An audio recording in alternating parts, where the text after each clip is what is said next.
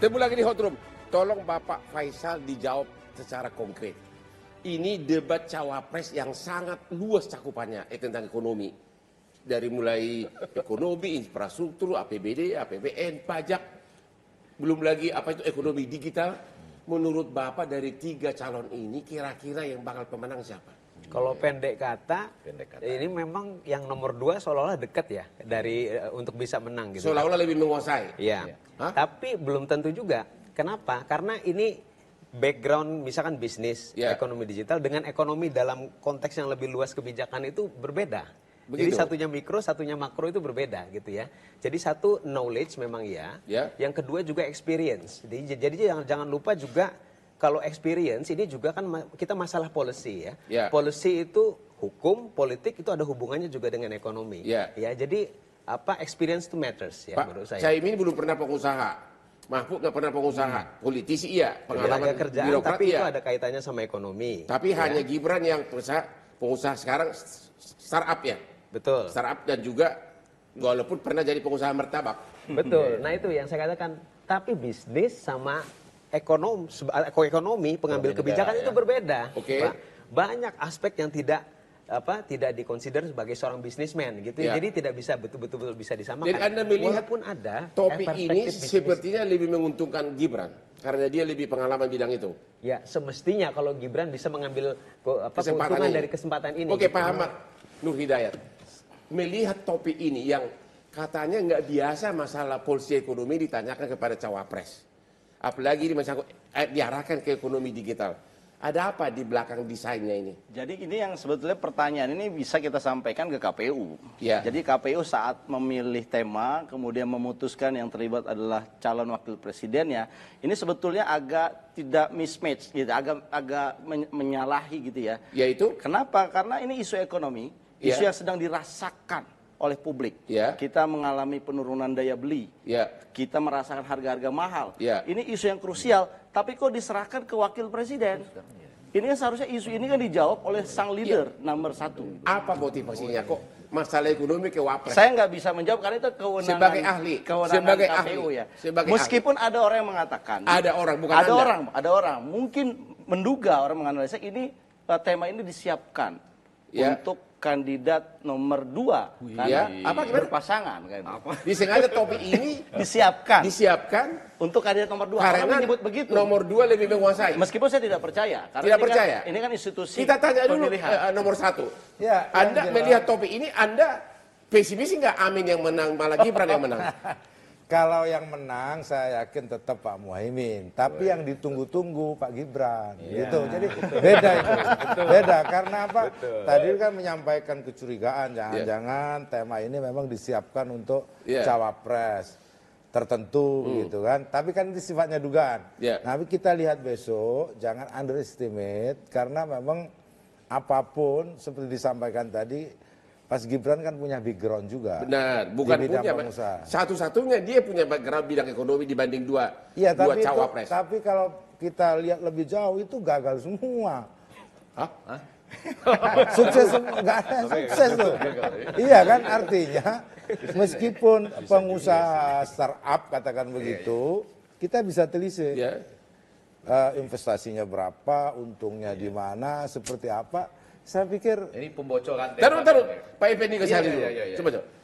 Ini pembocoran debat, dua-duanya membocorkan debat ini. Jadi baik pasangan nomor 1 sama nomor 3, ini pasangan nomor 2 sudah bisa nonton, sudah mulai nyatat-nyatat. Oh begitu? Iya, ini dia kasih tahu tadi, Anda bisnis tapi gagal, dicatat. Ini nanti ada kemungkinan keluar.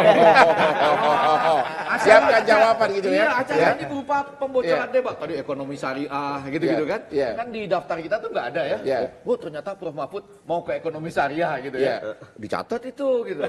Itu bisa juga benar, bisa juga pengelabuan gitu ya. Analisa Anda pribadi dari 3 cawapres ini, kira-kira siapa yang lebih siap, terutama membahas ekonomi, apalagi ekonomi digital? Nah, supaya agak enak, saya mau mengatakan harusnya KPU undi.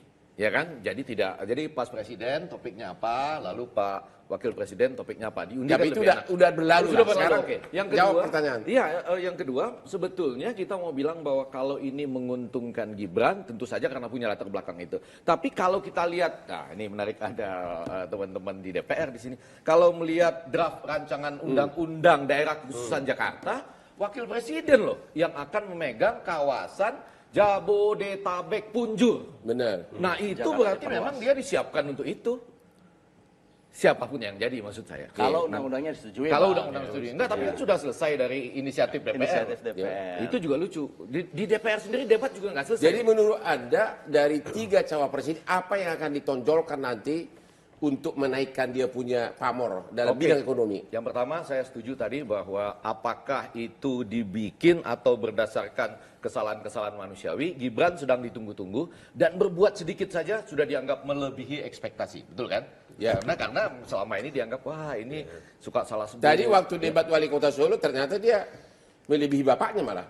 Malah sebetulnya di situ ada warna suara meninggi loh kalau kita Benar, pelajari benar. waktu dia berhadapan dengan Makanya tadi tinggi sengaja mereka Meninggi. simpan tadi. Tinggi Itu katanya itu strategi. Jadi besok ada Atau gimmick ada doang. kemungkinan Gibran Sekarang juga. ini hanya dibikin gimmick-gimmick tapi nanti baru keluar aslinya Oh ya, begitu. kalau konsultan-konsultan Asia begitu. Konsultan-konsultan Asia itu biasanya kalau betul agak lemah kandidatnya dibikin seakan-akan kelihatannya memang ya posisinya bawah dengan harapan kan namanya teori menata ekspektasi gitu ya. Menata ekspektasi. Iya, manajemen ekspektasi gitu. Jadi nanti kita akan lihat sedikit saja luar biasa. Oh, hebat. Ternyata dia hebat gitu. Kalau dilihat dari debat tadi yang tingkat wali kota, Wali kota, itu kan kita lihat secara verbal bagus sekali. Bagus, Benar. Tapi kalau kita melihat yang terakhir ini asam folat bilang asam sulfat ini sebetulnya agak sedikit kita melihat ini sepertinya memang Sengaja atau tidak? dibuat memang sengaja dibuat dia merendah Bapak jawab itu. tampilan Ini dari nomor 2 nih. Coba, sengaja nggak dibikin asam sulfat bukan asam goreng? Sekarang istilahnya Samsul. Kenapa itu? Sementara tadi bagus banget. Daripada kita semua berasumsi di sini, kita lihat besok debatnya itu, Mas Gibran tidak hanya bicara mengenai konsep, tetapi sudah ketatanan teknis. Nah inilah yang akan kemudian membuat kejutan yang menurut kami akan Teknis apa ini? teknis mengenai perpajakan apa, rasio perpajakan, bagaimana cara meningkatkannya, investasi, apa investasi yang paling penting. Amin udah khawatir nih sekarang ini begitu. Masalah keuangan, kita tidak bicara masalah keuangan inklusif saja, tetapi juga masalah pinjol, masalah judi online, masalah rentenir, itu isu-isu yang dekat dengan masyarakat. Itu akan dibicarakan secara detail dan jelas oleh Mas Gibran. Fasih akan dilafazkannya oleh Mas Gibran. Oh begitu. Ya. Waduh. Tapi kalau ini bocoran ya, bocoran gimana? Ini bocoran. Tapi menarik bahwa dalam debat besok kan ada 2 Yang satu adalah monolog ya.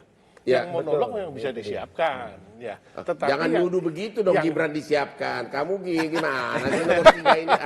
Enggak, yang monolog Iya. bukan. Narasinya kan bisa disiapkan yang monolog. Oke. Tetapi yang dialog kan tidak bisa. Tergantung dari bagaimana besok Cak Imin akan Jadi akan kelihatan pada saat dialog. begitu dialog ya? ya. Oh begitu. Dan versi monolog kan hanya bagian depan saja, sisanya adalah dialog. Ya. Dialog kan tidak bisa dipersiapkan.